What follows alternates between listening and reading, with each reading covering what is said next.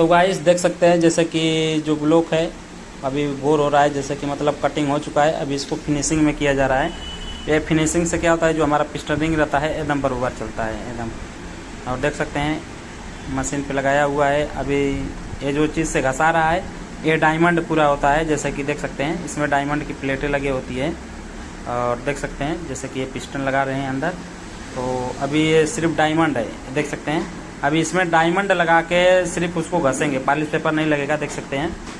तो गाइस ऐसे ही काम होता है लाइट मशीन पे। तो गाइस आज की वीडियो यहीं तक है, और ये वीडियो कैसी लगी कमेंट करके ज़रूर बताइएगा, और मिलते हैं नेक्स्ट वीडियो में। धन्यवाद।